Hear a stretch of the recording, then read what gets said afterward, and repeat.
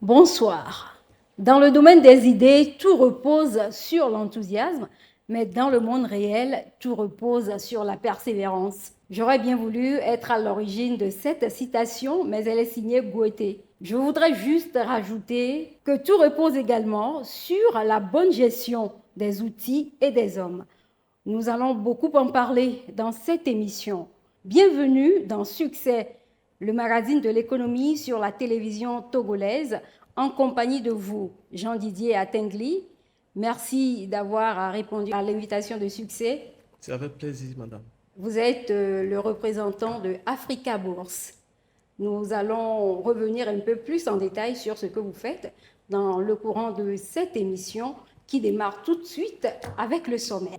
Succès vous amène aujourd'hui à la découverte d'un opérateur économique togolais. Il est dans les énergies renouvelables.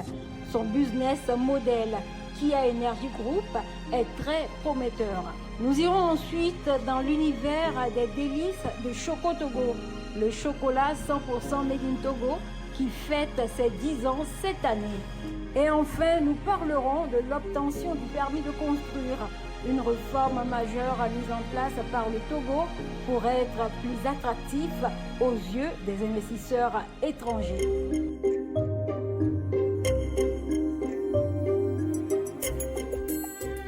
Produire, transformer et distribuer du matériel énergétique solaire, c'est sur cela que repose le succès de Azuma Yao, que vous connaissez peut-être. Nous l'avons rencontré dans son entreprise Kia Energy Group. Regardez.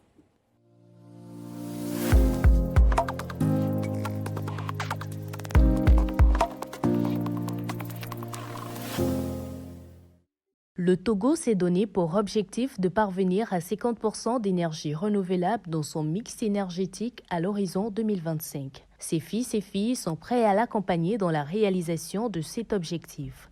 Yao Azuma, génie énergéticien spécialiste en énergie solaire, diplômé des universités de Stanford aux États-Unis et de Perpignan en France, en est un exemple concret. Depuis 2015, il a mis sur pied une entreprise spécialisée dans les énergies renouvelables, Kia Energy Group. Nous sommes une entreprise togolaise, mais à vocation internationale. Nous sommes spécialisés dans la conception, l'assemblage et la fabrication de produits solaires destinés à des applications productives tant en milieu rural qu'en milieu urbain. Et notre lutte est de faire en sorte que ces groupes électrosolaires soient non seulement très intelligents, mais surtout accessibles à toute couche de notre population. Depuis près de 10 ans déjà, Kia Energy Group œuvre pour relever le défi de l'électrification de façon durable. Notre ambition, c'est de se positionner en fabricant local et de distribuer aussi nos produits, exporter notre expertise en dehors de notre pays, le Togo.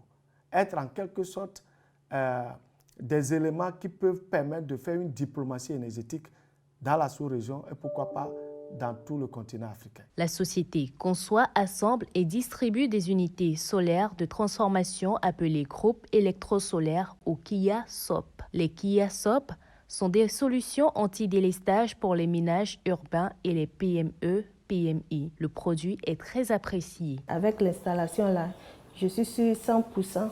Donc, tous les temps, mais je suis bien formée, j'ai des clientèles. Nous avons opté pour l'énergie solaire depuis le mois de février.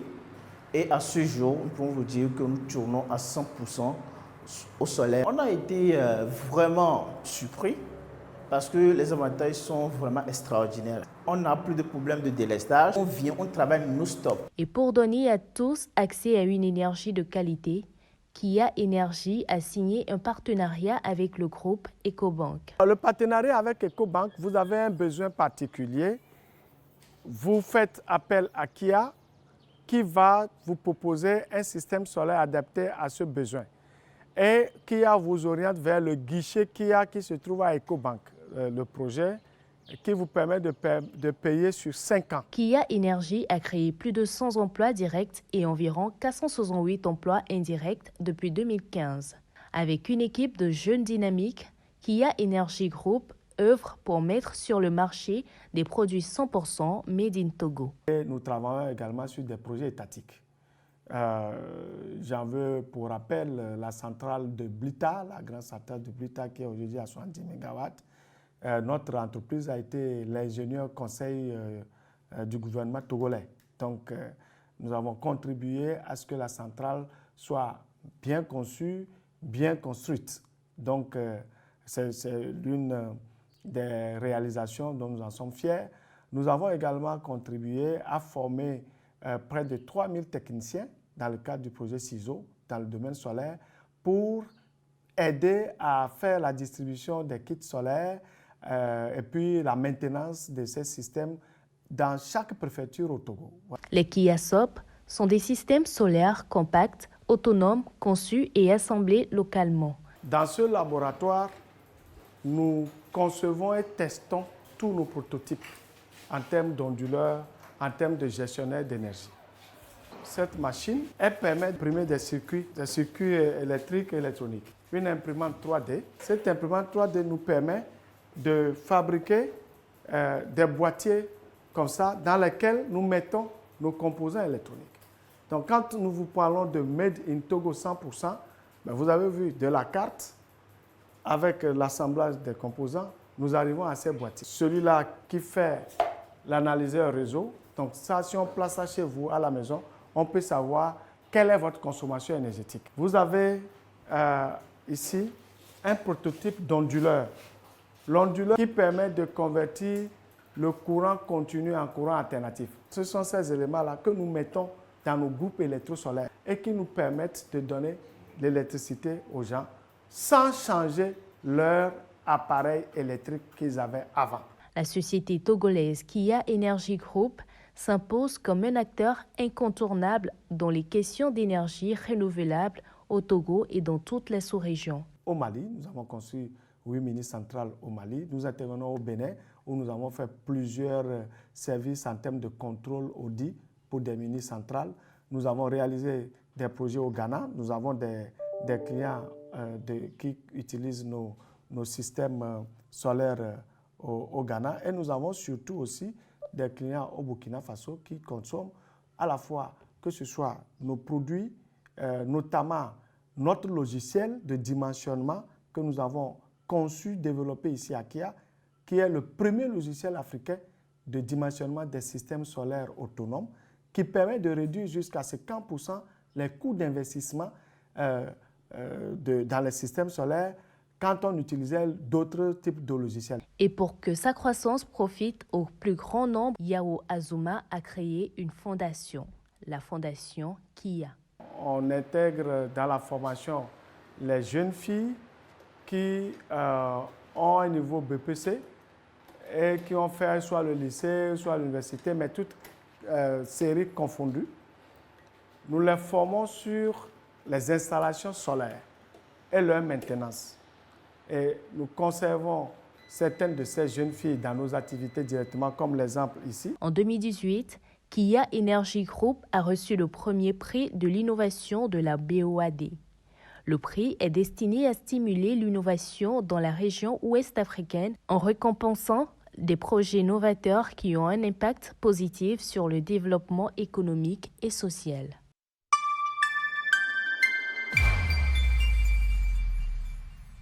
J'aimerais qu'on commente ensemble le choix stratégique de Yao Azuma. Il faut encourager ces cadres, ces Africains et qui vont chercher de la connaissance et qui choisissent de déverser cette connaissance en Afrique.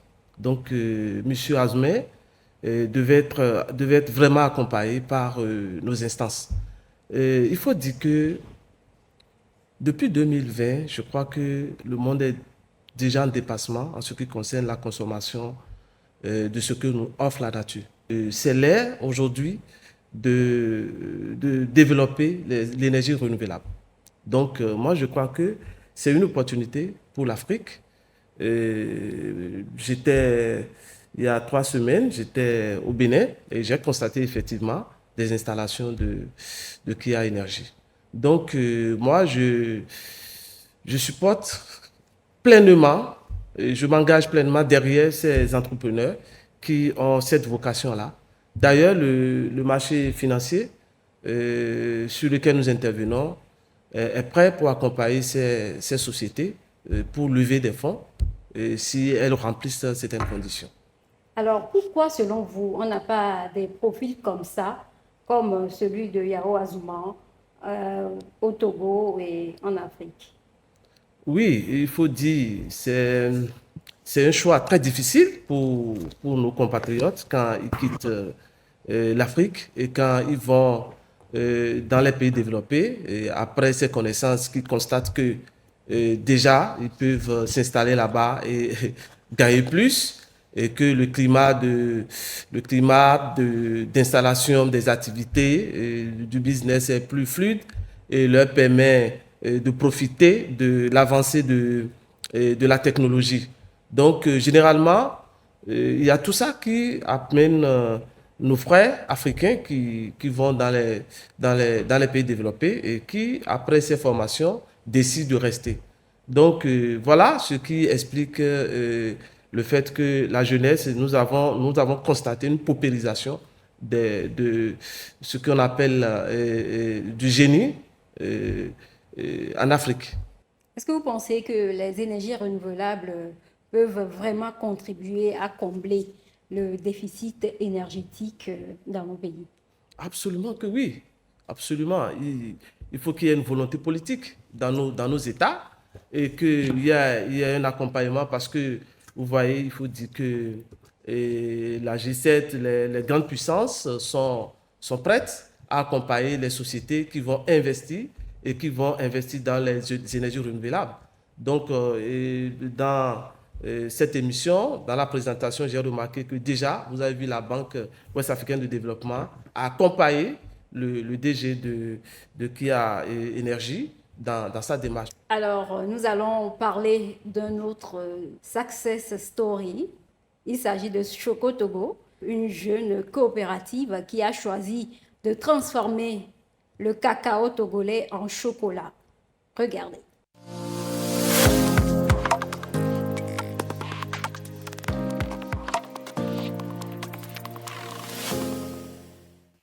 Si cela fait plus d'un siècle que le Togo cultive du cacao, le pays a toujours exporté ses fèves sans les transformer en produits finis. La donne a désormais changé. Un jeune entrepreneur, Eric Agbokou, prend en main l'avenir du cacao togolais. Nous étions allés en Italie. La formation que nous avons faite, c'est de fabriquer du chocolat. Donc c'est de là que le projet est né. Et en 2014, nous avons fait notre premier chocolat et nous avons organisé le premier salon du chocolat. Nous avons commencé avec le chocolat granuleux, mais nous avons constaté que ce chocolat n'a pas été trop apprécié par le public togolais parce que le consommateur togolais est déjà habitué à des chocolats importés. À partir de 2015, nous avons eu également un soutien de la part de CCFCC qui nous avait accompagnés à participer à 2 grands salons, le salon de chocolat de Paris et le salon de chocolat de Bruxelles.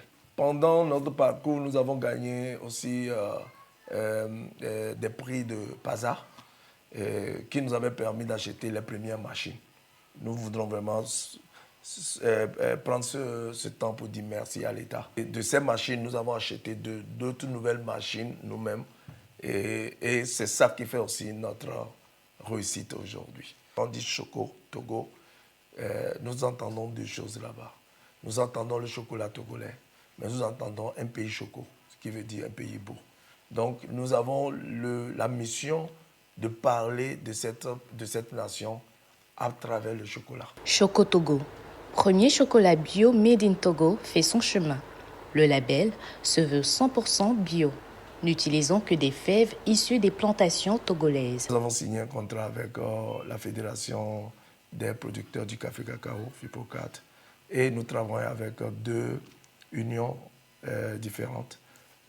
Atiemawe, qui produit du cacao biologique dans les Akebou, et au niveau de l'Itimé, nous avons IBA.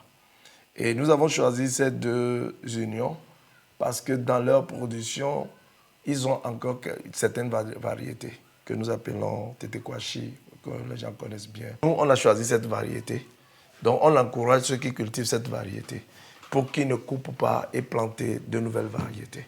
Donc c'est à cause de ça que nous participons aussi à d'autres projets. Nous formons les cacaoculteurs d'abord à ce qu'eux-mêmes puissent commencer par consommer leurs produits.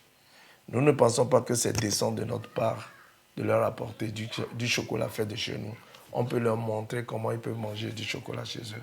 Donc ça permet également de vulgariser la consommation locale du cacao. Le label Chocotogo joue également sur le bien-être des producteurs en leur assurant une meilleure rémunération.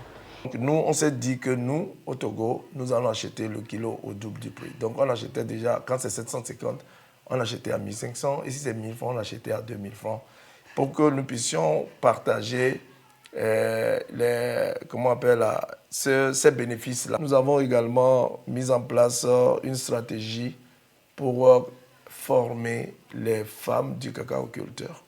Donc actuellement, avec Chocotogo, nous avons déjà implanté 5 coopératives de femmes de ces milieux-là qui ont appris comment on peut transformer le cacao ou le café et quels sont les dérivés ou bien les sous-produits qui peuvent sortir de ça. 10 ans déjà que la société fait son chemin vers le succès. Elle met aujourd'hui sur le marché une gamme variée de produits à des prix très abordables. Nous avons le chocolat noir, 50%, nous avons 60%, nous avons 70%, nous avons 85%, nous avons 95% et nous avons 100%. 100% veut dire c'est purement la pâte, sans sucre ajouté. Nous utilisons le raffia et nous utilisons un packaging écologique, biodégradable. Nous utilisons le raffia parce que nous vous aimerions que sur le marché international, nous sommes les seuls à produire un chocolat emballé avec raffia. Déjà, on peut le voir directement. Donc, nous avons arachide, nous avons le noix de coco. Et pour terminer, nous avons aussi le beurre de cacao. Avec Chocotogo, l'art du chocolat est révélé même au-delà du Togo. Aujourd'hui, nous exportons aussi vers le Japon et nous exportons vers l'Allemagne et de temps en temps vers les États-Unis. Mais pour l'instant, pour le Japon, c'est de grandes quantités et ils prennent chaque année. Mais pour les autres, ce n'est pas encore de grandes commandes. Chocotogo propose également de la pâtisserie. La particularité, c'est le cacao.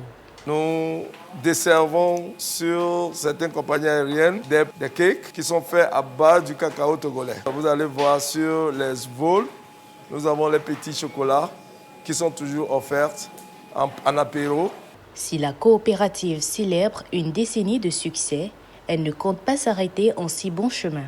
Pour Eric Agbokou, le véritable défi est désormais de consolider les acquis et de multiplier les efforts pour faire du Togo un leader non seulement dans la production, mais aussi dans la transformation du café et du cacao.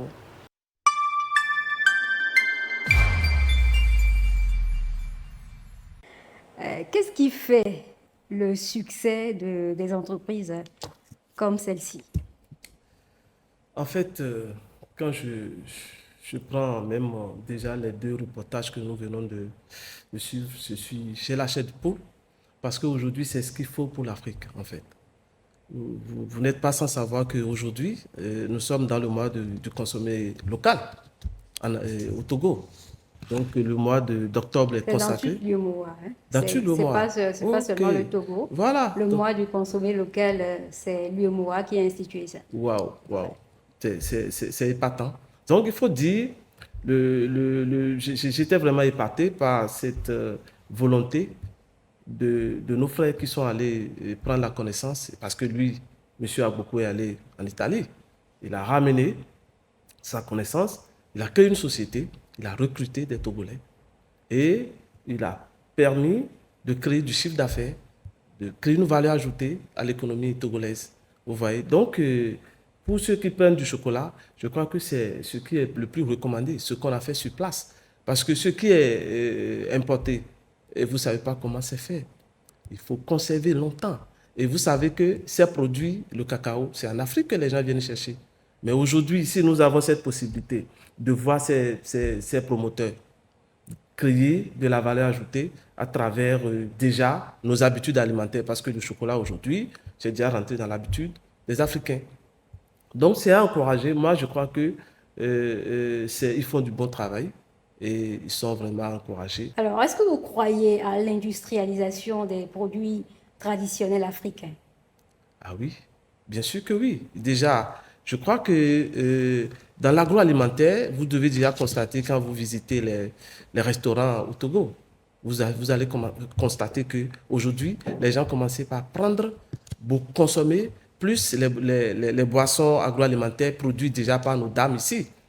Et nous avons beaucoup de projets du ministère chargé de l'agriculture qui accompagnent ces entrepreneurs-là. Et moi, je crois bien que, comparativement à ce qui se faisait il y a quelques années, l'industrialisation de nos produits, ça fait un pas dans tous nos pays, parce que j'ai eu la chance de visiter un peu les pays de l'Afrique de l'Ouest et je commence par voir cette volonté des jeunes, surtout des jeunes femmes, ce qui concerne les produits agroalimentaires. J'en sais quelque chose. Et c'est très bien fait. Et moi, je crois que nous pouvons y croire si nous avons le soutien des pouvoirs publics et l'accompagnement des sources de levée de fonds, le secteur financier, la banque et le marché financier. J'aimerais qu'on parle un peu du cadre réglementaire togolais. Vous êtes vous-même opérateur économique. Est-ce que vous pensez que le cadre est propice aujourd'hui pour des PME comme Choco Togo de se développer et puis devenir des marques de renom dans le monde entier? Ah, bien sûr que oui. Moi, je crois que le climat des affaires au Togo, c'est un climat très favorable, très favorable aujourd'hui. Vous allez constater la zone franche. Vous voyez, il y a des conditions spécifiques pour faciliter l'installation de ces sociétés, des petites et moyennes sociétés. Donc, il faut voir, quand vous allez au centre de formalisation des entreprises, c'est aujourd'hui, pour créer une entreprise, c'est 24 heures. Moi, j'ai fait l'essai et j'ai constaté.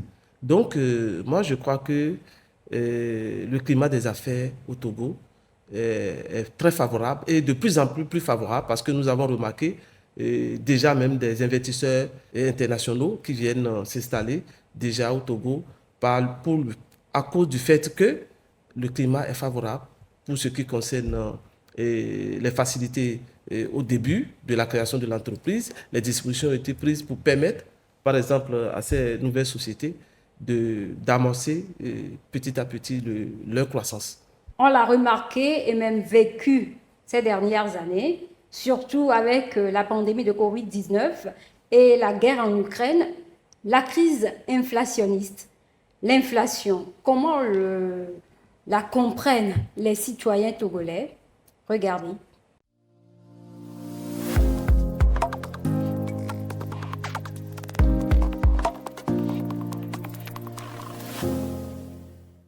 Chère population, qu'est-ce qu'une inflation? L'inflation, c'est la montée des prix des céréales, d'alimentation comme ça.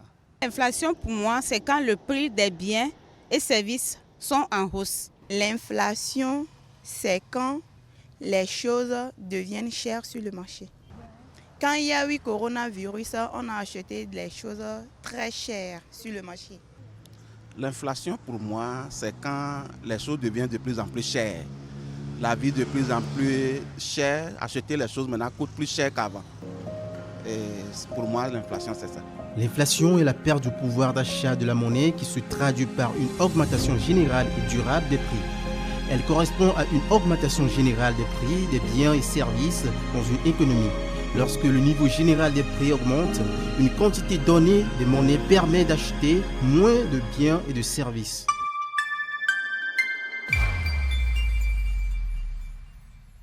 Pour vous, Jean Didier, c'est quoi l'inflation? L'inflation, c'est une perte de pouvoir d'achat de la monnaie, comme l'a expliqué tout à l'heure. c'est-à-dire il y a une partie de la monnaie qui n'a plus le pouvoir d'acheter comme avant.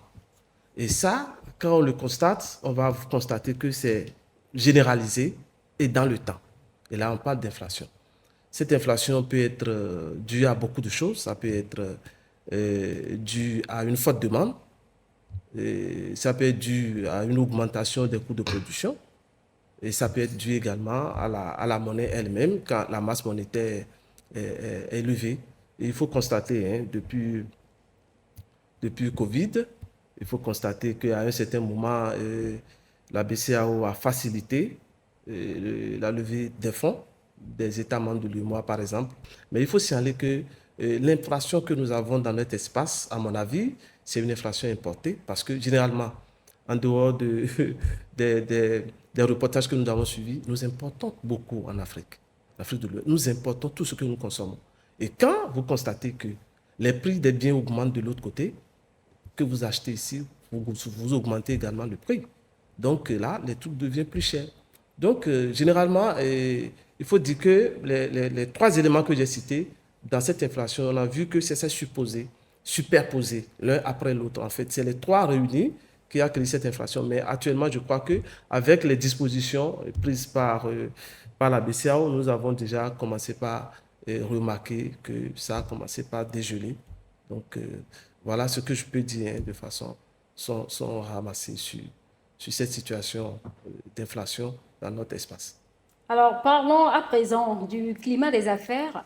Une des réformes engagées ces dernières années par le gouvernement pour attirer l'investissement direct étranger, c'est la facilitation de l'obtention du permis de construire. Les procédures d'obtention du permis de construire sont aujourd'hui très faciles. Monsieur Altengli, est-ce que vous pensez que le seul fait d'obtenir rapidement le permis de construire peut effectivement contribuer à enclencher une dynamique économique dans un pays? J'ai appris que oui, les conditions pour obtenir cette autorisation, les conditions ont été allégées un peu pour faciliter la prise de cette autorisation. C'est une très bonne chose. Parce que, au fait, vous avez, je crois, vous suivez bien les réseaux sociaux. Il ne s'agit pas de permettre à nos frères et sœurs de se lever et de construire. Hein. Parce que c'est dans cette anarchie-là que nous assistons à des constructions qui ne se reposent pas sur un chemin qui facilite la libre circulation et le développement des pays ou de certaines zones. Donc, si cette autorisation, les procédures liées à cette autorisation ont été facilitées, moi je crois que ce n'est qu'une très bonne chose, hein, et que la population devra, et nous devrions faire en sorte de remplir ces conditions très rapidement pour avoir notre chez. Vous savez, en Afrique, c'est comme ça. Avoir une maison fait partie des rêves. Bon, donc, c'est très important. Ce n'est pas seulement pour avoir une maison, hein, c'est aussi pour que les investisseurs puissent pleinement s'installer. Absolument, surtout cela. Surtout cela, parce que c'est ça les investisseurs qui financent l'économie de la nation.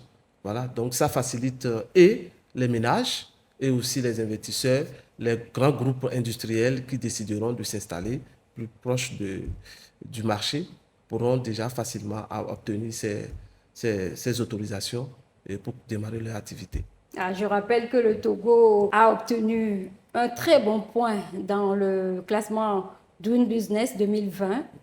Doing Business, c'est l'ancien classement des économies que la Banque mondiale réalise. Aujourd'hui, c'est le BREDI. Bon, je voudrais vous demander, est-ce que vous avez déjà essayé d'obtenir un permis de construire, vous? Bon, moi, merci pour la question. Oui, actuellement, il faut dire que j'habite quelque part où on a déjà ce permis-là. Donc, je n'ai pas déclenché cette demande. Il faut signaler que l'économie togolaise se porte très bien. À voir simplement l'engouement des investisseurs vers le titre de l'État togolais.